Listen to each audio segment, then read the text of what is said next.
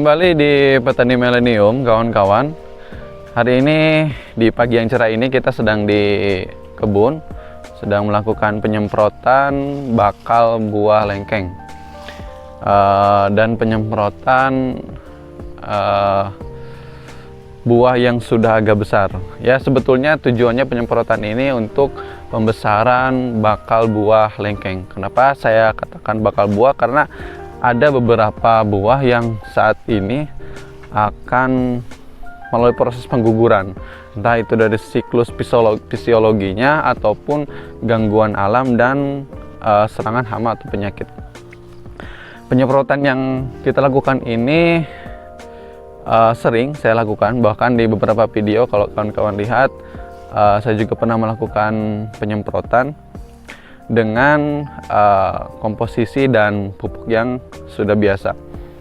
Kalau yang saya gunakan kali ini adalah pupuk KNO3, terus MKP, GA3 atau giberelin, serta boron.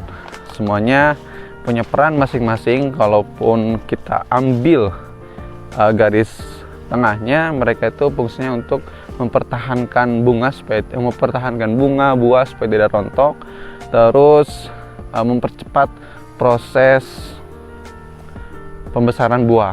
Makanya saya gunakan pupuk itu. Oke, tidak perlu berlama-lama, kawan-kawan, kita lihat langsung proses penyemprotannya bagaimana, dosisnya berapa, dan pupuk yang digunakan apa saja. Seperti biasa, kawan-kawan, untuk racikannya kita gunakan yang pertama boron yang warna kuning, terus ada KNO3 yang warna putih. Seharusnya ada tambahan lagi, yaitu MKP seperti ini di gambarnya, terus GA3 atau giberelin yang belum lengkap, namun kemarin belum sempat beli, jadinya kita gunakan dua pupuk aja dulu ini.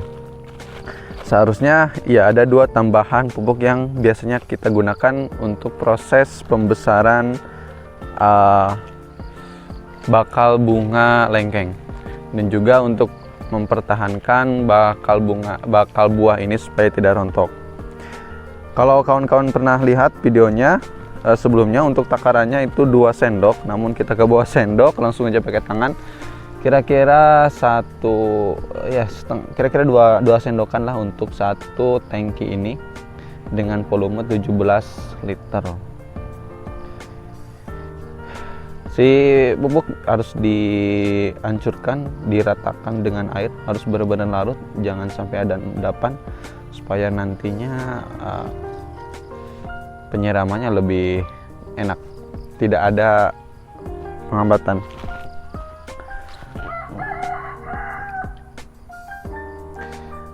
Yang perlu diketahui mungkin kawan-kawan, boron ini ialah unsur mikro dalam unsur hara.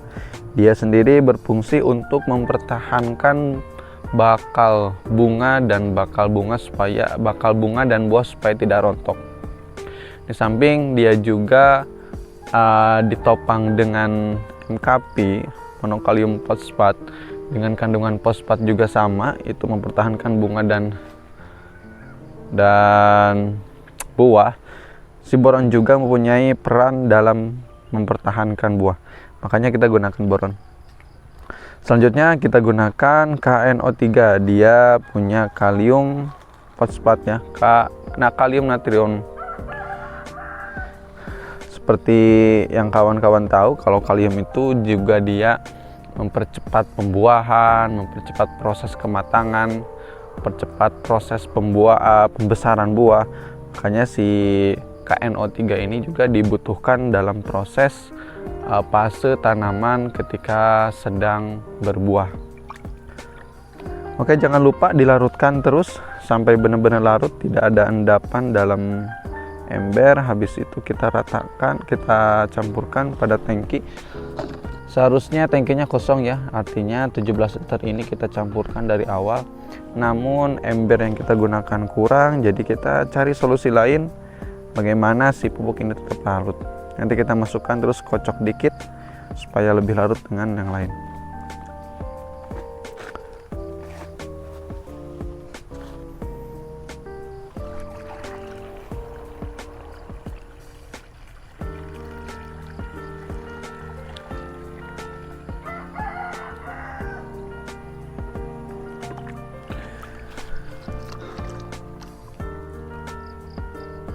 Masih bola.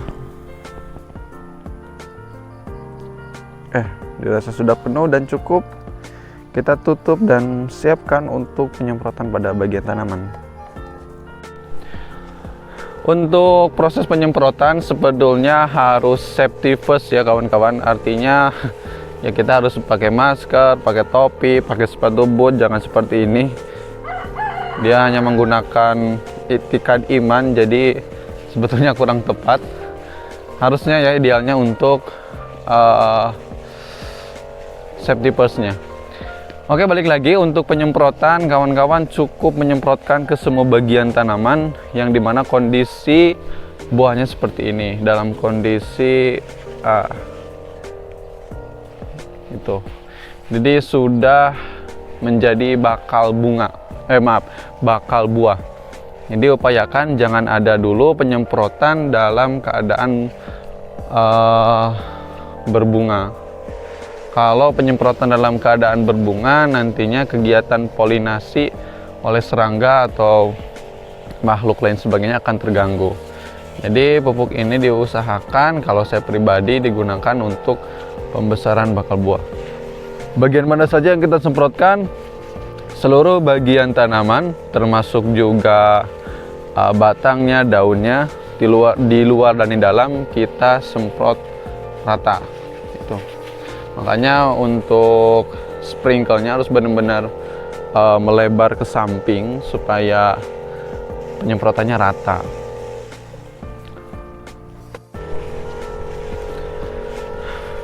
Alhamdulillah ternyata sesuai harapan kawan-kawan. Jadi kemarin yang saya khawatirkan tidak akan muncul bunga, ternyata sekarang muncul bunga.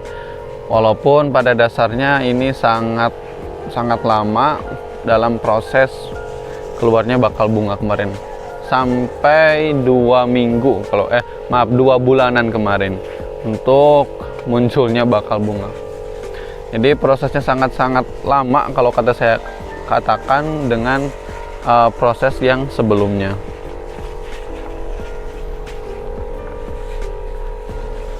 Jangan lupa terus menyemprot sampai betul-betul rata ke semua bagian tanaman.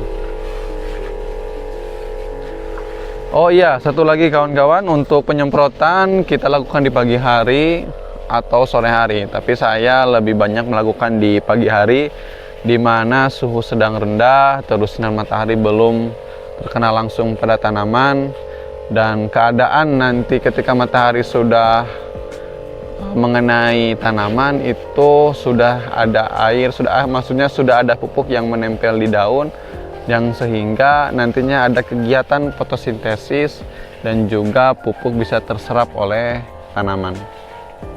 Makanya saya sering melakukan di pagi hari, entah itu pemberian pestisida atau pupuk lain sebagainya. Sebetulnya yang saya tahu, kegiatan fotosintesis itu tidak hanya di waktu siang, sebetulnya ada juga di waktu malam. Makanya ada beberapa orang yang melakukan fotosintesis itu melakukan penyemprotan buah atau lain sebagainya tidak hanya di pagi hari, ada juga yang di sore hari. Karena sejatinya tanaman juga di waktu gelap tetap melakukan fotosintesis. Jadi kawan-kawan tidak perlu khawatir, yang jelas tidak boleh melakukan penyemprotan di waktu hujan. Ya, kawan-kawan juga tahu kalau waktu hujan pastinya pupuk yang kita berikan atau pestisida akan hilang.